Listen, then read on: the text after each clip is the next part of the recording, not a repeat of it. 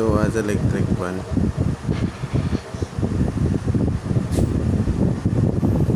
Tapatan mo lang to ng electric fan, pwede ka na makapagtrabaho eh.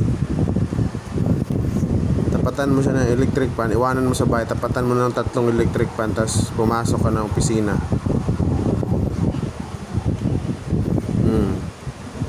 Kasi kanina pa niya tinitingnan yung electric fan eh.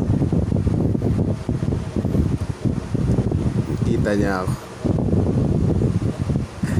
Tutuwa ka dyan sa electric fan, bebe.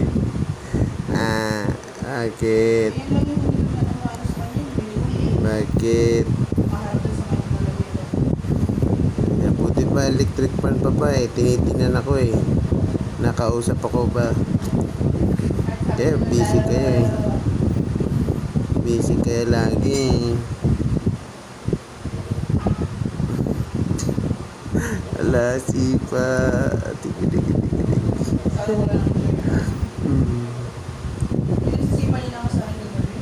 Wala na yan. Ang ano niyan, masakit na lang yung tinusukan ng karayom. Pero wala na yung maga na. Kaya nga, yun na lang yung masakit niyan. Wala na yan sa buong ano.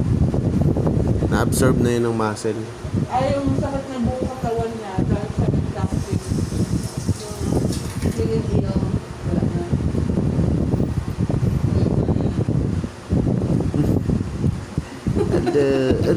Ala. Pero pag ginaya mo yung gano'n ng bata, papayag ka, no?